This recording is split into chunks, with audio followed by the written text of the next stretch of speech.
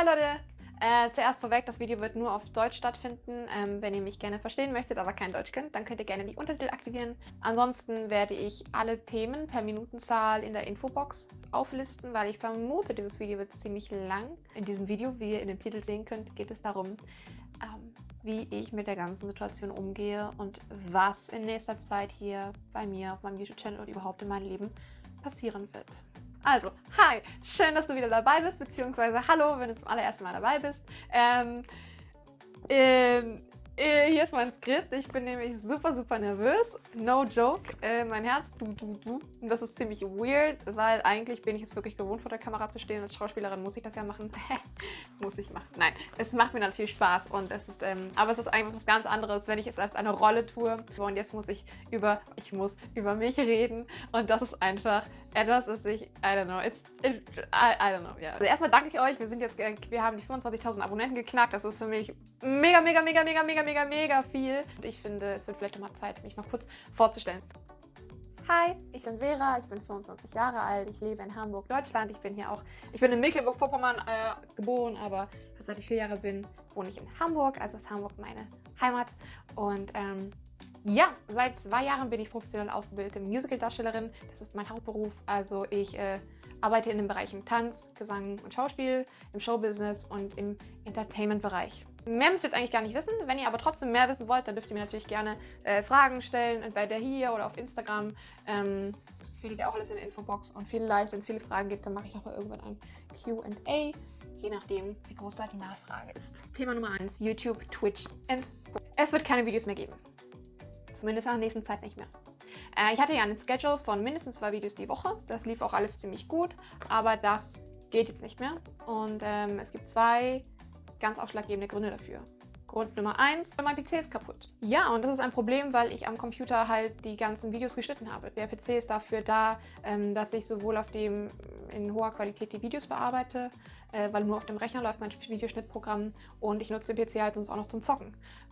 Wollte damit jetzt auch langsam anfangen zu streamen. Das ist ein Wunsch, den ich jetzt schon seit 2 Jahren verfolge, aber habe mich bisher immer noch nicht so richtig getraut, weil dann ist man ja auch wieder ein bisschen persönlicher, dann macht man das alles spontan.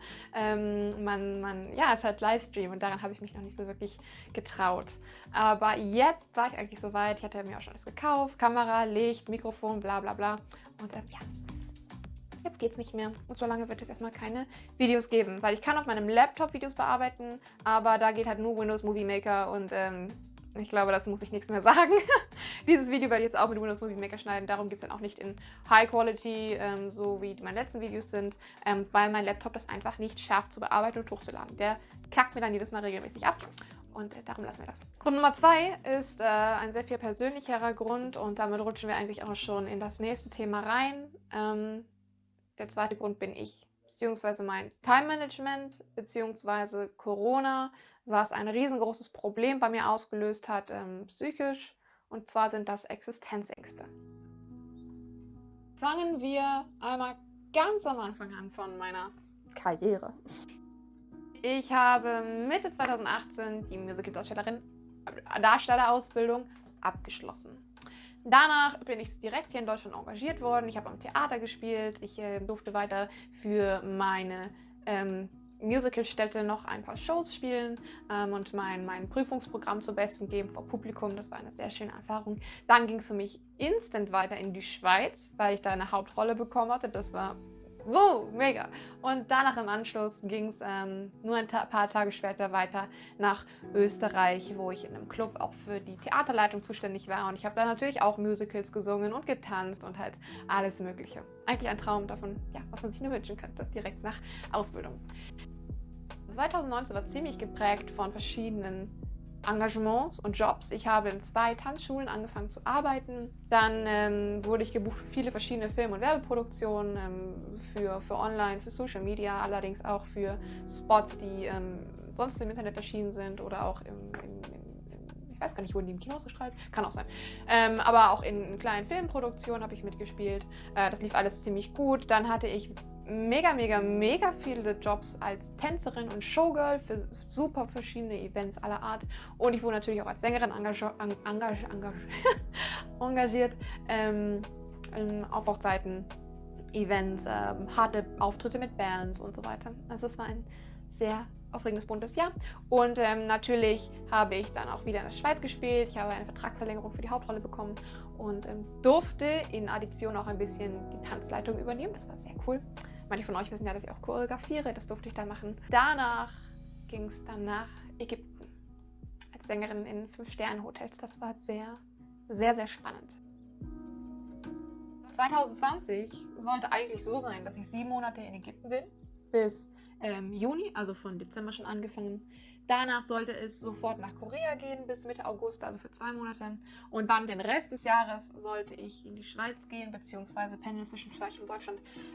Ja, weil ich in der Regel ja auch hier in Deutschland noch Engagements hatte. Also mein ganzes Jahr 2020 war komplett verplant, wirklich. Und es war auch in dem Sinne richtig gut, weil wenn man vom finanziellen Aspekt spricht, der ist auch immer sehr interessant in der Künstlerbranche, da habe ich wirklich die letzten 2 Jahre, also 2018 und 2019, also 1,5 Jahre, wirklich so durchgearbeitet, so durchgeackert und meine Schulden größtenteils zu bezahlen und auch sonst alle Dinge soweit einzurichten, dass ich sagen konnte, okay, 2020, das wird zum ersten Mal so sein, nach all den Jahren, dass ich wirklich finanziell etwas entspannter unterwegs sein kann. Ich habe immer noch nicht viel Geld, aber es wird entspannter sein. Ich muss nicht mehr bei jedem Euro überlegen, kann ich den jetzt ausgeben oder sollte ich lieber sparen?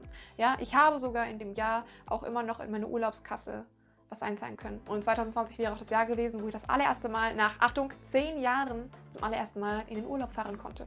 Das letzte Mal Urlaub habe ich nicht mit meiner Familie gemacht. Ja, vor 10 Jahren, da war ich 15. Das war in Dänemark. Aber sonst ich alleine irgendwo bewusst Urlaub gemacht. Das war noch nie drin. Und das wäre eigentlich der Plan gewesen. Aber die Realität sah ein bisschen anders aus. Starten wir bei Ägypten. Im Dezember bin ich hin, kurz vor Silvester. War allerdings nur bis zum 3. April da, weil bereits im März angefangen haben, dass die Hotels schließen. Keine Hotels, keine Gäste, kein Job für Vera. Was soll ich machen? Und in dem Sinne war ich in diesem Land relativ aufgeschmissen. Dann am 4. April ging es zurück nach Deutschland durch das Rückholprogramm vom Auswärtigen Amt. Und dann war ich hier, also am 4., 5. April war ich hier und seitdem hatte ich dann kein Einkommen mehr. 5 Monate hatte ich jetzt also so gut wie kein Einkommen. Von August bis noch in den Oktober rein habe ich Proben in der Schweiz. Aber ich bin natürlich nicht durchgehend dort, weil eine Unterkunft könnte ich mir nie leisten und die Proben sind wirklich sehr, sehr, sehr aufgesplittet. Die letzte Vorstellung ist am 6. Dezember und meine Planung endet mit dem 31. September. Da habe ich noch einen Auftritt mit einer Band zu Silvester. Das haben wir letztes Jahr auch gemacht. Das war sehr, sehr cool und ich hoffe, dass der stattfindet. Ja, dass ich das Jahr noch einmal mit irgendwas Positivem abschließen kann. Ansonsten gebe ich einmal die Woche noch Tanzunterricht an der Soul Station. Das ist das K-Pop-Tanzstudio hier in Hamburg. Und arbeite jetzt zusätzlich auch seit knapp einem Monat im Homeoffice für eine Tageszeitung und halte mich somit über Wasser. So viel zu meinem Schedule für 2020 und 2021. Warte mal, Vera, wieso 21? Hast du irgendwas zu 21 gesagt? Nein! Wisst ihr auch warum? Weil es nichts dazu zu sagen gibt. Sorry, das klingt sehr verbittert. I know, es soll nicht so rüberkommen, aber ich bin ein bisschen gefrustet. Ja, weil 2021, mein Kalender dafür ist komplett leer. Und ganz ehrlich, das macht mir eine Riesenangst. Es macht mir eine Riesenangst. Panik und Existenzängste. Man könnte auch sagen, Vera, wieso, ist doch normal, dass man jetzt noch nicht fürs nächste Jahr plant. Also was willst du denn alles planen? Ja, aber für mich als Künstlerin, die immer schauen muss, wo sie den nächsten Euro herkriegt, wo sie die nächste Einnahmequelle herbekommt, ist das immens wichtig, schon so weit im Voraus zu planen. Und normalerweise, wie gesagt, für 2018 hat das angefangen, dam. Wer mich kennt, ich bin ein absoluter strukturierter Mensch. Ich brauche viel Sicherheit und sehe immer möglichst zu, dass ich möglichst früh vorausplane. Ich bin da auch ziemlich gut drin, muss ich sagen. Aber jetzt aktuell... Korea, Leute, Korea ist ein Riesentraum von mir. Seit 11 Jahren möchte ich dorthin. Es hat noch nicht ein einziges Mal geklappt, aus verschiedensten Gründen. Jetzt hatte ich weiß soweit, dass ich mir das Ticket endlich gekauft habe nach langem Sparen. Und jetzt kann ich aber nicht hin, eben weil der Flug einmal wegen Corona gestrichen wurde. Und ja, jetzt aktuell ist es sowieso schwer rüberzukommen. Und die Agenturen, mit denen ich dort gearbeitet hätte als Model und Schauspielerin, ja, das war für mich möglich. Auch mit meinem YouTube-Channel hätte ich da was starten können. Das ging alles nicht mehr. Und es ist auch nicht abzusehen, ob das überhaupt nächstes Jahr oder übernächstes Jahr klappen wird. Das war natürlich ein starker Schlag für mich. Das Ganze macht halt umso schwerer, weil mir keiner garantieren kann, wann ich dann endlich wieder richtig Geld verdienen kann. Nicht nur Geld zum Überleben, sondern wirklich zum Leben. Weil aktuell ist es ja so, dass du eigentlich nur arbeitest, um zu überleben. Oft sagen wir ja, oh, ich habe kein Geld. Und damit meinen wir, ich habe nur noch 150 Euro auf dem Konto oder 50 Euro auf dem Konto. Aber Leute, bei mir null, nada, nix, null, null, 0 Euro, null. Also, ich habe ja gesagt, dass ich diesen Tanzjob mache beim Soul Station, den Tanzlehrerjob. Mit dem Geld, was ich da verdiene, kann ich nicht mal meine Krankenversicherung bezahlen und die beträgt knapp 200 Euro im Monat. Vera, warum arbeitest du dann da? Weil erstmal zählt jeder Euro, ja. Und zweitens ist da einfach ein ganz großer Teil von meinem Herzen steckt in dieser Tanzschule. Die Begegnung, die ich da habe, die Zeit, die ich mit meinen Schülern und Schülerinnen verbringe, die ist einfach so unglaublich wertvoll und unbezahlbar. Das kann mir sonst keiner geben und darum mache ich es. Weil, ja, sowas braucht man einfach. Ja, du brauchst Geld, aber Herzenssache. Dann habe ich ja meinen Job im Homeoffice. Das Gehalt reicht, um meine Versicherung, die Altersvorsorge, die typischen Rechnungen sowie einen Teil meiner Schulden monatlich zurückzuzahlen. Dann ist es aber auch aufgebraucht. Also von meinen 2 Jobs ist nichts dabei, was ich ansparen könnte oder was ich ausgeben könnte für meine Bedürfnisse, sage ich mal so. Und dann ist da noch meine Gage von dem Musical in der Schweiz. Wie gesagt, ich arbeite seit August dort. Ich habe aber noch keinen einzigen Euro erhalten. Das liegt an verschiedenen Gründen und ist natürlich auch der aktuellen Ausnahmesituation geschuldet. Fakt ist aber, dass ich alle Kosten, die dadurch entstanden sind im Zeitraum vom August bis jetzt, also alle Fahrtkosten, alle Verpflegungskosten, alle Unterkunftskosten, die musste ich erstmal alle aus eigener Tasche bezahlen. Das kriege ich auch nicht wieder in Spesen, das muss ich einfach von meiner Gage nehmen. Aber in dem Sinne sind es knapp 700 Euro, die ich jetzt einfach immer vorstrecken musste. Und natürlich sind alle meine Ersparnisse dafür draufgegangen. So viel hatte ich dann auch nicht mehr angespart. Und ja, dementsprechend letzte Woche ist mein Konto dann auf 0 gestanden. Und ich muss sagen, ich hatte mich psychisch schon darauf vorbereitet. Ich habe das immer beobachtet und ich wusste, spar noch hier, lass das stecken, lass den Euro auf dem Konto, gib jetzt nichts aus. Du wirst bestimmt gegen Ende des Monats bei 0 landen. Und dann war es auch soweit. Und als ich das gesehen habe, dann habe ich einfach geweint. Weil obwohl ich mich darauf vorbereitet hatte, obwohl ich wusste, es wird kommen, als ich das gesehen habe, Leute, mein Herz, 20.000 Kilo schwerer. So, als ich das dann realisiert habe, jetzt die Woche, da bin ich in ein ziemliches Tief gefallen. In das Tief war ich auch schon mal vor ein paar Monaten. Als ich langsam realisiert habe, dass es aktuell nur härter wird als leichter. Und da musste ich mich einfach auch zurechtfinden, weil ich auch viel in Frage gestellt habe bezüglich meines Jobs, ob das überhaupt was ist. Und das Gleiche hat sich dann jetzt diese Woche wiederholt. Und es war aber ein bisschen heftiger noch als das Mal davor, muss ich sagen. Teils Schwierigkeiten gehabt aufzustehen und Schwierigkeiten gehabt zu reden. Und ich war einfach immer empfindlich und wollte auch mit keinem Kontakt haben und habe einfach grundlos angefangen zu weinen. Also einfach so ein Kram. Und ja, jetzt im Oktober sollte endlich die erste Gage von dem Musical kommen. Aber halt auch dazu sei gesagt, dass es deutlich unter dem Schnitt ist, was man als Darsteller verdienen sollte. Hat auch seine Gründe und ich mache den Job aber auch gerne, von daher will ich da nicht so viel klagen. Ich bin dankbar, dass ich es machen darf. Aber eben dazu sei gesagt, es ist längst unter dem Schnitt, was man eigentlich verdienen sollte als Darstellerin. Um es zusammenzufassen, das ist meine aktuelle Situation. Ich bin verschuldet, ohne Plan, pleite und habe Existenzängste bis zum Himalaya. Ich denke, das reicht erstmal Informationen für euch. Ich hoffe, ihr könnt jetzt ein bisschen mehr meine Situation verstehen, euch vielleicht ein bisschen besser in mich hineinversetzen, beziehungsweise halt nicht nur, wie es mir geht, sondern auch allen anderen Künstlern gerade. Ja, die gesamte Entertainment-Branche ist davon ja betroffen. Und nicht nur die Leute, die auf der Bühne stehen, sondern auch die Leute, die hinter der Bühne arbeiten. Ich bin im Endeffekt sehr, sehr, sehr dankbar dafür, was ich habe. Das hat mir Corona halt auch gezeigt. Freunde und Familie, auf die ich mich wirklich verlassen kann. Die für mich da sind, wenn es mir total beschissen geht.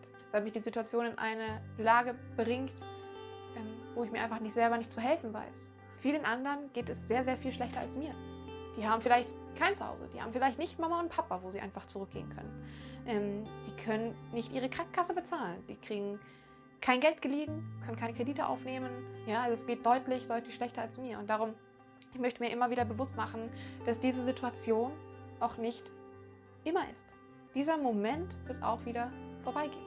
Ich wäre ja auch nicht Vera, wenn ich nicht auch wieder lachen könnte, wenn ich nicht auch wieder neue Hoffnung finden könnte und nicht auch wieder mich zielstrebig an eine neue Motivation mache. Ich kann es wirklich sagen, es werden bessere Zeiten kommen. Ich glaube da absolut dran und ich weiß es auch. Ich weiß auch, dass es wieder bessere Zeiten kommen und es wird weitergehen. Und daher kommen wir jetzt zum letzten großen Punkt dieses Videos. Die Zukunftsplanung. Ich brauche ein zweites Standbein. Und das wird jetzt interessant. Und ich habe jetzt stehen, leg das Skript weg, weil das ist jetzt der genaue Punkt, wo du gerade bist. Sag den Leuten, was du denkst, planst und fühlst. Also, weil jetzt sind wir genau da, wo ich aktuell bin. Hier in meinem Zimmer, um 19:45 und ja, ich habe keinen Plan, was ich machen soll. Ich habe eine ungefähre Vorstellung, eine Idee. Aber Fakt ist, ich brauche ein zweites Standbein. Das war mir schon bewusst, als ich die Musical-Ausbildung 2016 angefangen habe. Ich habe gesagt, ich mache die und ich weiß, ich werde nach der Ausbildung mich relativ schnell umsehen müssen, um zu gucken, was ich noch machen möchte. Weil nur von Kunst werde ich wahrscheinlich nicht leben können. Ich möchte studieren. Ich möchte studieren oder eine andere Ausbildung noch machen, die mir einfach finanziell und beruflich bessere Chancen bietet, als ich es jetzt als Musical-Darsteller habe. Fächer, die zum Beispiel starke mathematische Kenntnisse benötigen, die sind für mich leider alle raus, weil ich Mathe nie verstanden habe, sehr zu meinem eigenen Frust. Ich wollte es immer, aber es hat nicht geklappt. Deswegen kann ich mir gut vorstellen, Lehramt zu studieren auf Deutsch und Sonderpädagogik oder Theaterpädagogik oder auch Sportwissenschaft finde ich cool. Ich könnte mir vorstellen, in die Richtung Kommunikationsdesign zu gehen. Eventmanagement fand ich auch immer schon klasse und super interessant. Ja, aber vielleicht gibt es nochmal ganz andere Ecken. Ich habe jetzt wieder Motivation gefunden, mich da ein bisschen durchzugucken. Eine Sache ist für mich klar, ich möchte nach Berlin. Warum Berlin? Es hat verschiedene Gründe. Hamburg wird immer meine Heimat sein, aber ich möchte jetzt gerne nach Berlin gehen. Und ich denke, da werde ich anfangen zu suchen. Ich hatte bis vor kurzem was, hatte sogar auch schon eine Wohnung eigentlich, aber das hat sich auch schon wieder alles erledigt. Genau, deswegen fange ich da gerade bei Null an. Korea werde ich deswegen erstmal wahrscheinlich auf Eis legen müssen. Wer weiß, wann ich hinkomme. I don't know. Aber es wäre fabelhaft, wenn es im nächsten Jahr in Berlin weitergehen könnte für mich. Abmoderation. Das war ein sehr, sehr langes Video. Ihr wisst jetzt, wo ich stehe. Ich bedanke mich bei euch fürs Zuschauen und bin sehr, sehr offen für einen regen Austausch. Was sind eure Gedanken? Wie geht es euch in dieser Situation? Habt ihr Fragen an mich? Lebt ihr in Berlin? Könnt ihr mir was empfehlen? Was studiert ihr? Und so weiter und so fort. Bei weiteren Fragen könnt ihr das ja auch alles hier eintippen oder bei Instagram. Wie gesagt, ich lese eigentlich alle Kommentare und alle Nachrichten, die wir bekommen. Antworte aber auch nicht auf alles, muss ich mittlerweile sagen, weil es ist auch oft ziemlicher Schund dabei und ich muss ein bisschen gucken, dass ich ja trotzdem noch meine Privatsphäre hüte, so gerne ich auch mit euch im Kontakt bin. Ja, muss man ein bisschen gucken, dass es nicht zu viel wird. Ich freue mich über jeden Support jeglicher Art in Form eines Likes, natürlich auch über einen Klick auf den Abonnier-Button, über eure Kommentare. Ja, jetzt bin ich wieder ein bisschen motivierter hier. Ihr seht mich auch schon wieder lachen. Eine Sache habe ich noch. Und zwar, mit diesem Video auf Deutsch wollte ich den Grundstein legen für meinen deutschen YouTube-Channel. Ja, ich spiele mit dem Gedanken schon ganz lange, weil mit diesem Channel, der ist ja schon seit, ich glaube 2011 kam mein erstes Video raus, also schon seit 9 Jahren. Viele von euch sind seit Anfang an dabei und haben mich aufwachsen sehen, ja. Beim ersten Video, ich habe noch rote Haare, ich habe eine Zahnspange, sehe aus wie der größte kleine Noob der Welt. Und ja, ich bin mittlerweile ein junger Erwachsener, die ihre Steuern macht. Meine Güte. Deswegen, es wird ein deutscher Channel kommen, auf dem ich dann nur deutschen Content mache. Interessen verändern sich ja auch, wie gesagt.